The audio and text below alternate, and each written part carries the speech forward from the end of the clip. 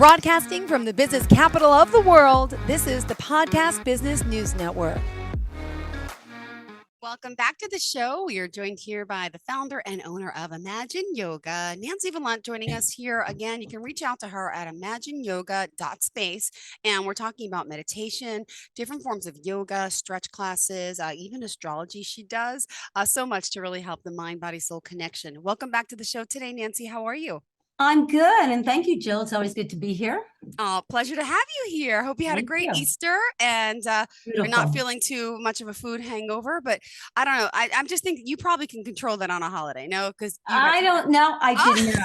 I let myself just because I really did for my family. I love to cook.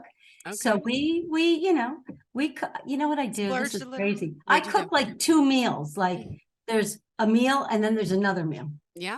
Mm-hmm. So that's what I learned from my grandmother and my mother. Yeah, I went to my mom's cousins, old school Italians, and in Queens, and so we had like 5 meals. Exactly. It was appetizer, snacks, appetizer, hors d'oeuvres. Then it was the pasta. Then it was the lamb. Then it was the ham. Then it was the. I'm like, whoa! Yeah, so that's feeling a little bit of a food coma today. Good. Well, I love your headband. Welcome to the show today. For new listeners today, you may not be familiar with you. Would you mind just telling us a little bit about yourself, and then we'll get right into today's topic and talk more about, connecting, with the lunar cycle as well. Thank you. I'm Nancy Volante, founder and owner of Imagine Yoga, and I'd like to think, and it is, it's a yoga studio that brings a little bit more personal touch to it. It's a smaller studio. So we know our community, and I love that. So I am a community builder. So I come from the dance and theater world. So studios are home to me. And so we've created a really nice space to do your yoga practice, to learn breath, to learn meditation, and to learn astrology, and your spirituality. How do you cultivate that within yourself? Beautiful. Well, thank you so much. And I have it right. The website, correct? imagineyoga.space for more information. That's it. Awesome. Absolutely. So for today, I know as an astrologer as well, you also correlate things with the moon phase, the cycle or the lunar cycle. Explain that to us. Yes. So as an astrologer, the moon, all the planets are important. And the great thing is that they're real. We can look up in the sky, and I think I've said this before, and we are part of the cosmos, the cosmology that makes up the universe, astronomy, scientifically, spiritually. It's fascinating. So I have been studying astrology since I was 16. My mother's best friend was an astrologer, so I used to sit at the table and just like watch and watch and watch. And so that's how it developed for me. And so I've brought it into my practice of yoga. So I do go by the moon phases when I'm creating my class, because that just helps with not only the physicality of the body, but the body functions, your energetic level, your spirituality, your emotional level. So it's mind, body, soul. So I thought that I would bring that in today, how that correlates with yoga practice or just with your practice of everyday living in nature, because we're around it every single day. We wake up in the morning and we're really not the same because of the cycles around us and the cycles in our own body. As women, we have a cycle, and I know that men have a cycle too. I can't really speak to that, but I know that they do. But, as women, we have this amazing cycle that we follow every month. And then it gets into, we don't have that cycle, right? But we still follow these cycles because the moon is yin, the sun is yang, okay? And we need those two, right? We need those two in order to survive on this planet.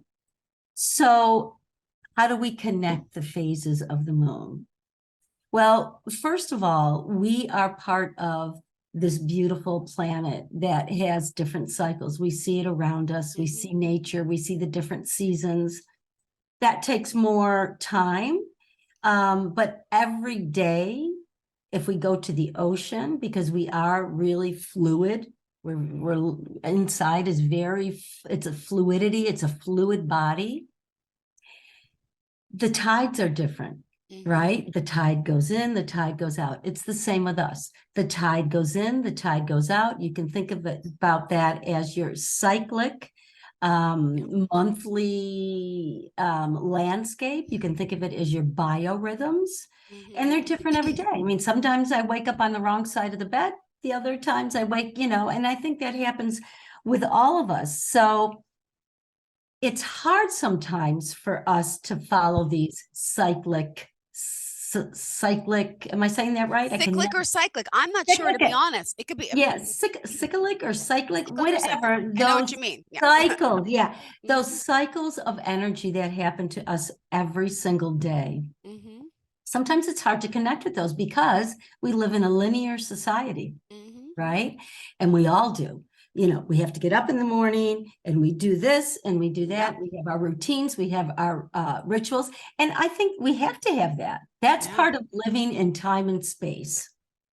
But within living in that time and space, there's a mindfulness. And it always comes back with yoga because that's where our base is, right? For this show. It comes back to that yoga. So yoga means yoke, to unify.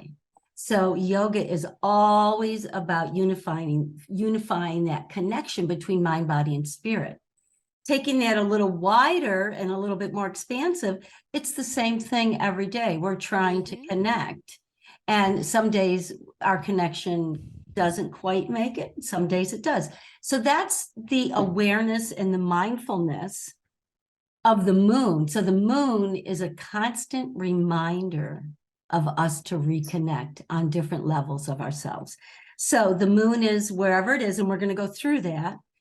It could be about retreating, going inside and listening and reflecting. Or it can be going out. I think everybody knows when I say what's going out. What phase do you think that is, Jill? Well, like when you're going to really express yourself, just kind of like my movement. Sometimes it's going in. The other times it's really what phase? Shiny. I don't know. Oh, shining. Like yeah. I feel like it's coming. What's the word? I failed. But it's the one that everybody relates to the most because we can see the full moon. Got it. Oh, yes, that's right. Yes, right. Yeah, the full moon. But I know when I'm asking you that question, it's like, okay, scientifically, like what? No. What is it? So so it's either expressing in or out. It's the tide going in or out. It's the duality. It's quite amazing how it all fits together.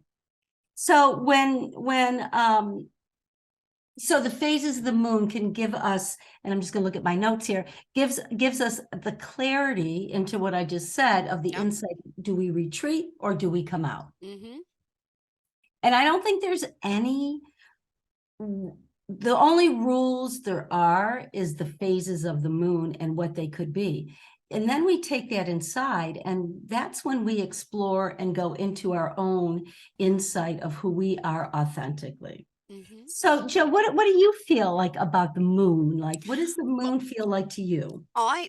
I've never tracked it, never paid attention to it until a few years ago. My sister kept telling me, because now she lives with my father after my mom passed, and she notices how he gets a little crazy around the full moon. And even my brother's girlfriend, and there's always like drama, tension. And so Jen, if my dad's having a bad day, she's like, "Oh my gosh, it's a full moon." I'm like, and she'll text me that. And I'm like, I really don't understand it. I don't understand the pull and the tug and all that, but supposedly it's a real thing. And I know it can affect you psychologically. And like, isn't it like there's statistics? Again, I'm not quoting anything specific, but like during a full moon phase, there's more murders, there's more domestic violence, there's correlations to all of that. So what does the full moon do to our body? Yes. Can you tell me? Yeah, we're going to go through that, but that is really, and that's the thing that we know the most. And the full moon has this connotation that it is a crazy, crazy time. And I'm going to explain to you why we think that. Does it necessarily have to be that? No, but there always is a little bit of angst during the full moon. And we're going to go over it, but we have to start at the new moon first. Okay. So what I'm going to do is I'm going to go through the phases of the new moon. I'm going to kind of correlate it, what kind of yoga practice might be beneficial if that's what you're doing. If that's not what you're doing, that's fine. I'll add some more little tips in there that you could do. Okay, because not everybody is a yogi, and that's okay. So the new moon is when the moon is dark. Okay. So we really don't see it. So astronomy wise, what's really happening is the moon would be here and the sun is right next to it. So it's not shining on it. So it's creating a shadow. Shadow? Okay. Yes. So they're right next to each other.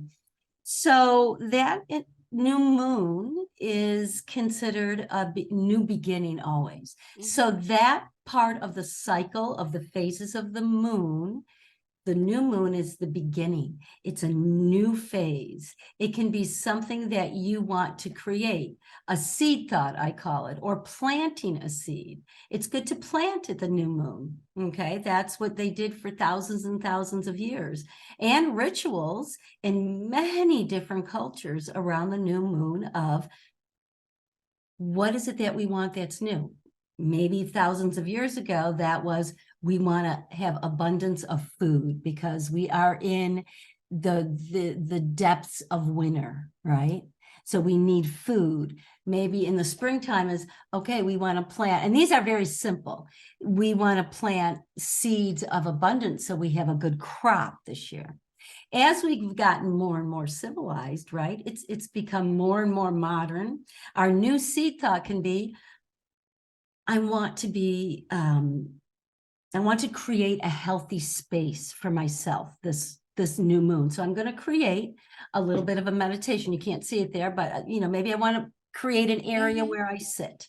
So this is just creating things that you want. So the theme of a new moon is rest and reflect. So you would want maybe a yin yoga practice. So because it's very yin energy, it's very within, it's receiving, it's feminine. So that yin practice of yoga would be not moving around a lot, but doing stretches and holding the poses, which correlates to certain meridians and the fascia in the body of releasing that connective tissue to create more space. So again, all this points to the new moon is inner awareness. Okay. The next phase is called waxing crescent. So it's when you see that crescent moon, that beautiful sliver of a moon, and it would be on the right side of the moon. Okay. So that's beginning to build energy because we're seeing more light. So as we begin to build energy and reflect upon maybe what we thought about in the new moon, what we want to do for this cycle for the next 30 days, we begin to maybe do a little bit more of a energetic practice, a vinyasa flow, where you're moving, you have some peaks and lows. And so the theme of the action of I want to make sure I have it right because they're all the same, all sounding the same. Waxing crescent is action. So you start to gain action. You start to play with your new thoughts that you want to do, and you start to explore.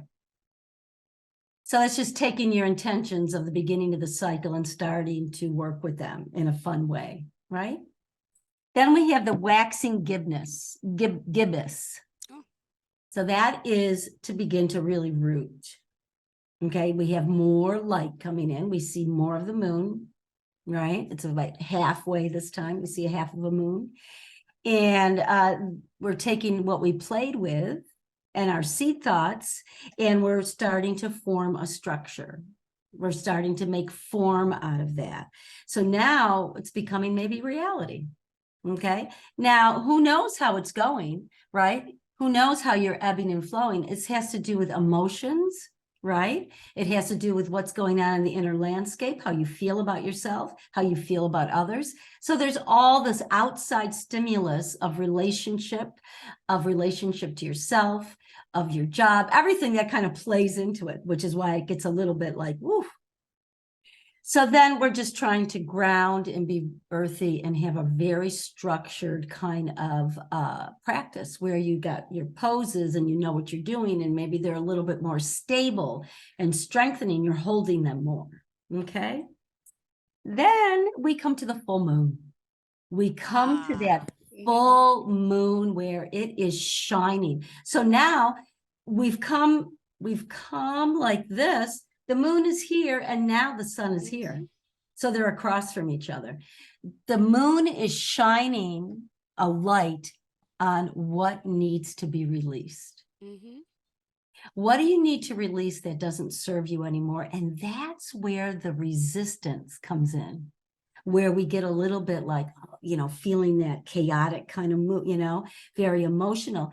Depending, I don't want to get too much into the astrology of it, but where depending on where the energy is, right? And we'll go over that a little bit, is where you're going to feel it.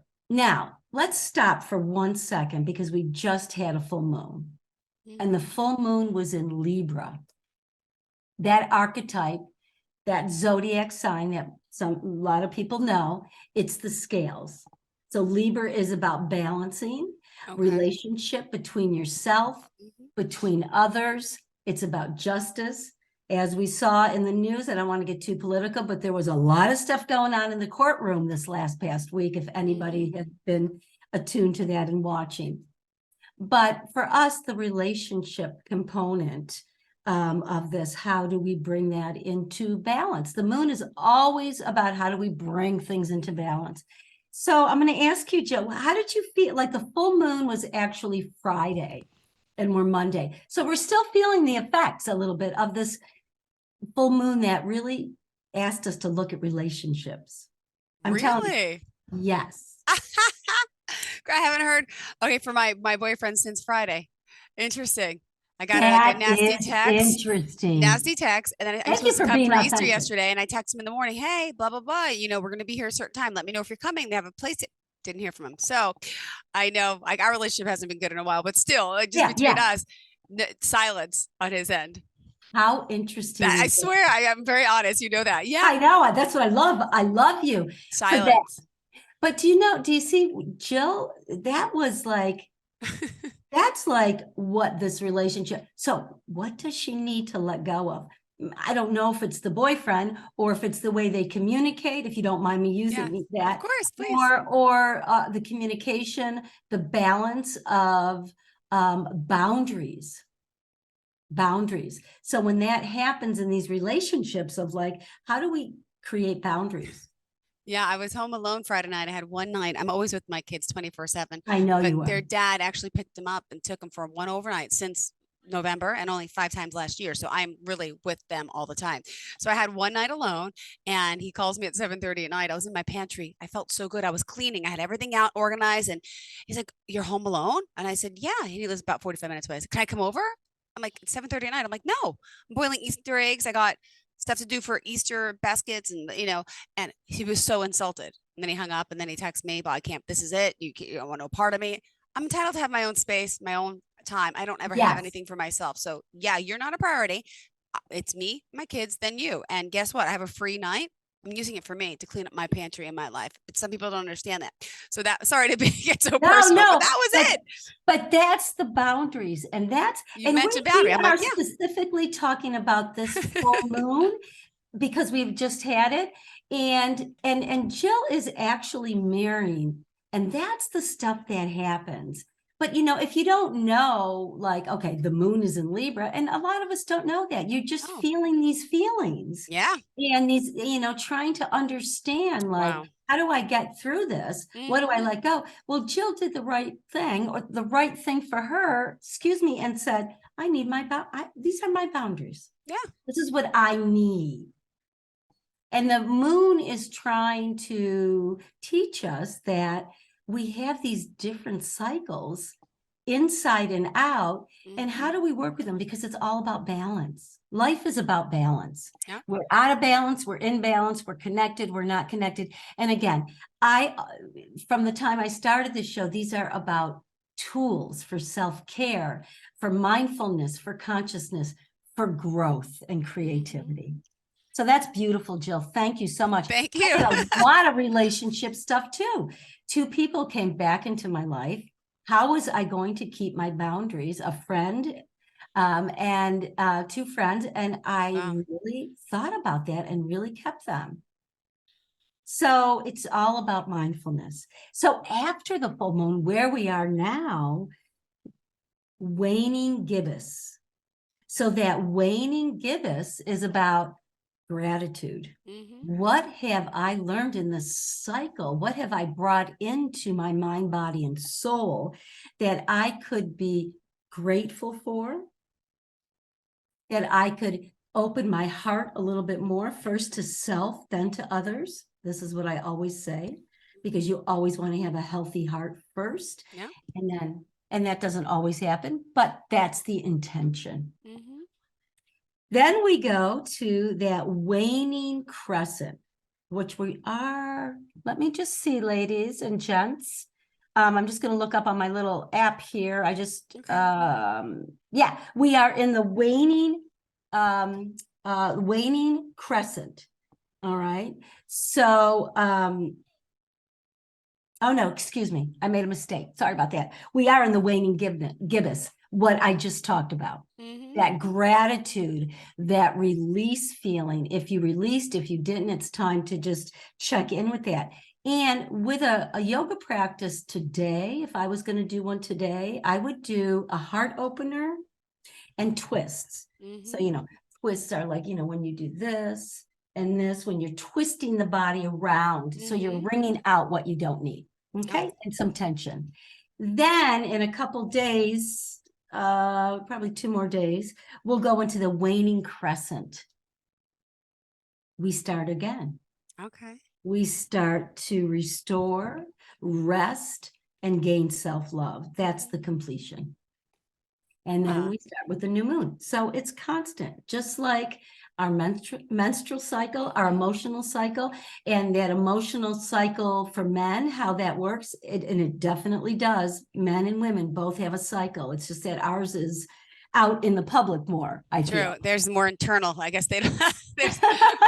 Yeah, we're open to talking about things too. Yeah. So that is that whole cycle of what that moon does. And I have found, sometimes I have to be honest, because I'm human. Sometimes I miss the cycles a little bit because I'm preoccupied with my linear life. And that's reality. And, that's what I bring into the studio. That's who I am as a yoga teacher and as an astrologer. It's not 24/7. It can't be. It just can't. But it's the awareness, the mindfulness, and the intention of how you bring some of these things that we've talked about over the last few months into your life, and how do you use them. So how does that feel to you, that whole? Interesting. But time-wise though, can you tell me, like, for example, so you said we had the full moon a few days ago, or like in that phase. Now when is the next phase, the crescent? How is it, weeks, months? I don't know that. No, that cycle. It's just a couple days. And it goes, okay. It just goes a couple days and then it continues, because I'm going to look here. Like, when is our next full moon? I want to show you my little book here. And these are the phases of the moon. I used to have a calendar like that years ago. Never really paid attention to it, but it had the halfway filled. Now I'm getting it. Okay. I mean, because it's really so natural. So I could just Google it and find a calendar. Easy, breezy. So today, when's the next? When was the full moon? So the full moon was on the 6th. Okay. So the full moon was, the full moon was on the 5th or the 6th, depending where you're at. Okay. You're at. So that's what that would look like, right? Okay. That full moon there. Yeah, see it. Yeah.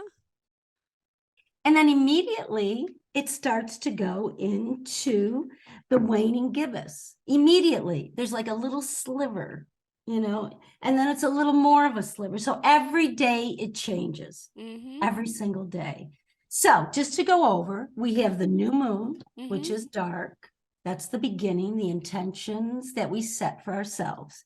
We go to that waxing moon, which I don't have a picture. It would take me, I should have got pictures, but anyways, waxing crescent moon, which begins to build the energy towards that full moon, towards that intention. The waxing gibbous, which means that we're starting to form something. We're starting to create a structure out of that new moon, out of that waxing into waxing crescent into the waxing gibbous. Then we have our full moon of release. Wow. Then it goes back down again to that waning gibbous and waning gibbous and waning crescent to start over again. It's a cycle, but it's a little bit of like, okay, what? So tell me what did you get what I hope you all got what I said. No, I'm sorry, but of course everyone who's listening is going to correlate it to their own life and think about their journey and path and where it's going. Yeah. So absolutely interesting that this weekend, we had the full moon and emotions are tense, high and relationship. You are spot on. It's like I say, you can throw all this stuff out. When I'm teaching astrology, you can throw the chart out. You're going to feel what you're going to feel if you have a pulse on it, if you are working internally to the outside, the inner landscape, outside landscape. And sometimes we're not, sometimes we are. This weekend, Jill was spot on with what she needed. What she needed to release, which was, I need my boundaries, I need my space. Yeah, like it is what it is. But and everyone has their own perspective. So it's just, I was like, fine, I'm happy cleaning. You don't want to call me, text me, show up for Easter? Okay, take your space. I'm so different. I'm so like, but that's wonderful. Everyone has their own way of communicating, and exactly. And we're within who they are. Right. Within this system that we have, that we're a part of. We are very unique individuals. And again, these, the waxing comes after the new moon. Waxing, I wanted to make that clear. I don't know if I was. Waxing, as it starts to wax, but it starts to get more light, right? Yeah. After the full moon, it wanes. So it starts to go back. I wanted to make that clear. No, I got it. Thank you so much. All right, Nancy, tell us how we can reach out to you. Unfortunately, we're out of time. I know. You can reach out at imagineyoga.space or our Instagram, Imagine Yoga, or 203-770-8938. And if I may, real quick, just give you a meditation. Sure. May you be happy. May you be well. May you be safe. And may you be peaceful and at ease. Thank you so much. I appreciate that. Have a great day. Thank you again to all of our listeners. Stay tuned. More of the show is on the way. Talk to you soon. Are you looking for even more of the podcasts and hosts that you love? The Podcast Business News Network is proud to announce that you now have even more ways to listen live. Check out the MyTuner Radio, online radio box, and Simple Radio apps on iOS and Android, or find us online. Search for Business News Network on mytuner-radio.com, or search Podcast Business News Network on streama.com and onlineradiobox.com/US. Take your podcast on the go and don't miss a minute of the action.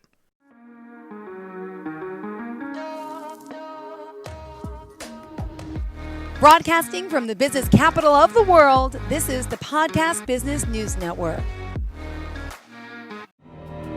For nearly 2,000 severely injured veterans, everyday life has become filled with barriers. Day-to-day simple tasks can become pretty daunting. I have to carry my chair up 2 flights of steps or have somebody do it for me. What scares me the most is just the falling. When I'm struggling with my house, I think, to have that one great barrier just knocked down, it's crucial. Home for Our Troops is a wonderful nonprofit that builds a mortgage-free, fully adaptive, handicap-accessible house. And there's no catch. It'll be our very first home that we've ever owned. This is a game changer. This is where your life begins again. We need you to join us in completing this important mission. Please visit hfotusa.org and help build homes and rebuild lives. Because of you, everything's going to be okay.